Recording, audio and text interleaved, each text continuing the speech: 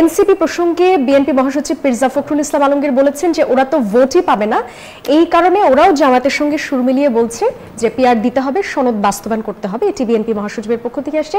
আমরা আজকে দেখলাম যে আপনারা একেবারে আপনাদের শীর্ষ নেতৃত্বের জায়গা থেকে তাসনিম জারাকে ঢাকা ৯ আসনে তিনি মনোনয়ন কিনেছেন এবং এই আসনে বিএনপি এখনো কোনো প্রার্থী দেয় নাই।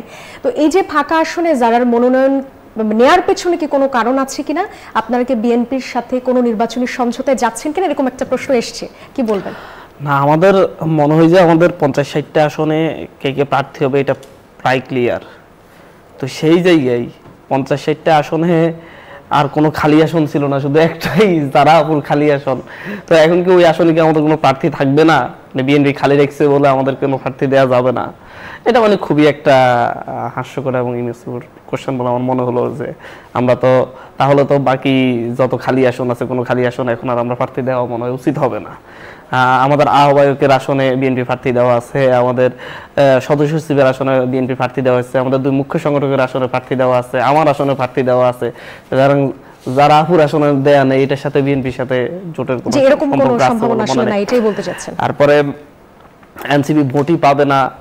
আমার মনে হয় আমাদের মির্জা ফখরুল ইসলাম আলমগীর স্যার অনেকদিন পর্যন্ত মানুষের সাথে মিশেন না। মানুষের সাথে মিশলে হয়তো বুঝতে পারতেন যে এনসিপি আসলে ভোট পাবে নাকি পাবে না। এনসিপি হয়তো বিএনপির মতো অত ভোট পাবে না, কিন্তু এনসিপি ভোট পাবে।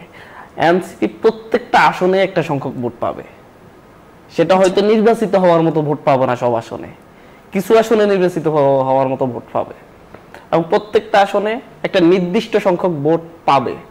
সেটা 2008 সালে বিএনপির এক প্রার্থী আমার উপজেলায় 664টা ভোট পাইছে কি 634টা ভোট পাইছে।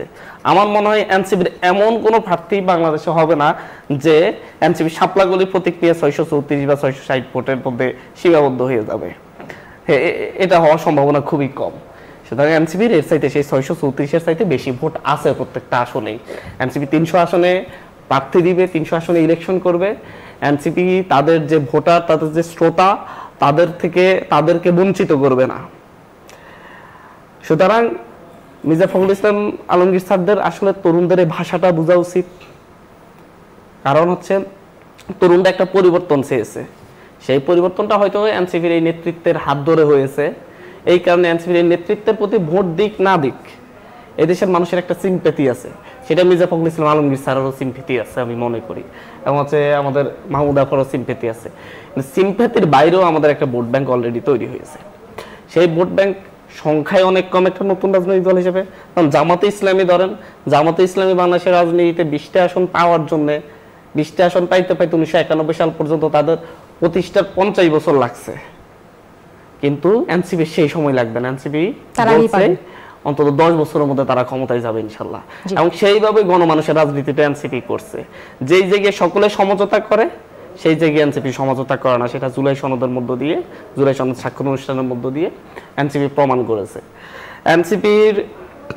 বাংলাদেশে এনসিপির একটা দায়বদ্ধতা তৈরি হয়েছে, কারণ এনসিপির এই নেতৃত্ব যখন হচ্ছে জুলাই অভ্যুত্থানের সময় এই দেশে পরিবর্তনের ডাক দিয়েছে, নতুন রাজনৈতিক বন্দোবস্ত আমরা সংক্ষেপে বলছিলাম, আমাদের এক দফার মধ্যেই ছিল আমরা একটা নতুন রাজনৈতিক বন্দোবস্ত তৈরি করব, এটাকে ধারণ করেছে এই দেশের মানুষ, রাস্তায় নেমে গণ অভ্যুত্থান করেছে। অভ্যুত্থানের সেই ঘোষণাপত্রটা তো আছে আপনার কাছে, সেই অভ্যুত্থানের ঘোষণাপত্রের মধ্যেই দেয়া যে আওয়ামী ফ্যাসিবাদী শাসন ব্যবস্থা বিলোপ করবে এবং নতুন রাজনৈতিক বন্দোবস্ত তৈরি করা হবে। তারপরেই তো অভ্যুত্থানটা ঘটছে। বিএনপি মহাসচিব মির্জা ফখরুল ইসলাম আলমগীর স্যারও যদি 5 তারিখ 3 তারিখের পরের কথা বলতেছি, 4 তারিখ কিংবা 5 তারিখ রাস্তায় নেমে থাকেন, কিংবা মাহমুদ আফাও যদি রাস্তায় নেমে থাকেন, ওই এক দফার সেই ঘোষণার উপর ভিত্তি করে নামছেন। তারপরে এই জায়গাটা মেনে নিয়ে তার পরবর্তীতে যদি হচ্ছে আপনারা যদি এটা নিয়ে যদি হচ্ছে একটা প্রতারণার আশ্রয় নিতে চান দলীয় সিদ্ধান্তের জন্য, সেটা বিএনপিও নিতে পারে, জামাতও নিতে পারে, অন্য কোনো রাজনৈতিক দল নিতে পারে, কিন্তু সেটা এনসিপি পারে না। কারণ সেই দিন এক দফার যে ঘোষণা দিয়েছে সেই ব্যক্তিটাই এনসিপির হচ্ছে আহ্বায়ক, সেই ব্যক্তি এই ধরনের আশ্রয় নিতে পারে না। যার কারণে আমাদের অবস্থান স্পষ্ট, গণভোট কি নির্বাচনের দিন হবে নাকি নির্বাচনের আগে হবে এটা আমাদের কাছে বড় কোশ্চেন না, এটা বিএনপি জামাতের কাছে বড় কোশ্চেন হতে পারে, এটা তাদের রাজনৈতিক এজেন্ডা আছে, এটা তাদের কাছে বড় কোশ্চেন হতে পারে। আমাদের বড় কোশ্চেন হচ্ছে যেই সংস্কার প্রস্তাবনাটা ঐক্যমত কমিশন দিয়েছে সেটা বাস্তবায়ন হবে কিনা। নাকি শুধু বিএনপি যে নোট অফ ডিসেন্ট দিছে, বিএনপি যেগুলো না বলেছে সেগুলো বাস্তবায়ন হবে না, জামাত যেগুলো না বলেছে সেগুলো বাস্তবায়ন হবে না, এই প্রক্রিয়ায় এটা গণভোটে যাচ্ছে কিনা এই নিয়ে আরো কথা আপনার কাছ থেকে জানবো, একটা বিরতি নিতে হচ্ছে আমাদের। একটু শেষ সমগ্র দেশের প্রতিনিধি হিসেবে এটা সভাপতিত্ব করছে ডক্টর মোহাম্মদ ইউনূস, বিএনপির প্রতিনিধি বিএনপির প্রতিনিধিত্ব করেছে, জামাতের প্রতিনিধি জামাতের প্রতিনিধিত্ব করেছে, এনসিপির প্রতিনিধি এনসিপির প্রতিনিধিত্ব করেছে, কিন্তু ডক্টর মোহাম্মদ ইউনূস সভাপতি এবং সহসভাপতি যিনি ছিলেন ওনারা দুইজন, ওনারা যেই প্রস্তাবনা দিয়েছেন, ওনারা এই দেশের পক্ষ থেকে প্রস্তাবনা দিয়েছেন, দেশের প্রতিনিধি ওনারা, আর এরা হচ্ছে আমরা আপারা এমনকি জামাতের যারা আছে ওনারা হচ্ছেন আপনার একটা দলের প্রতিনিধি। ওনাদের এই প্রস্তাবনাটা আমরা দেশের পক্ষ থেকে অভ্যুত্থান পরবর্তী সময় যাদের হাতে আমরা দায়িত্ব দিয়েছি তাদের পক্ষ থেকে এই প্রস্তাবনাটা বাস্তবায়নের নিশ্চয়তা চাই। এই নিশ্চয়তা না হলে ওই যে কথাগুলো আমি জানি না, অনেক ডুয়েবল আনডুয়েবল বলছে, এগুলো পরে আলাপ করা যাবে। আমরা চাই যে হচ্ছে এটা বাস্তবায়ন করে তারপর বিরতি নিতে হচ্ছে।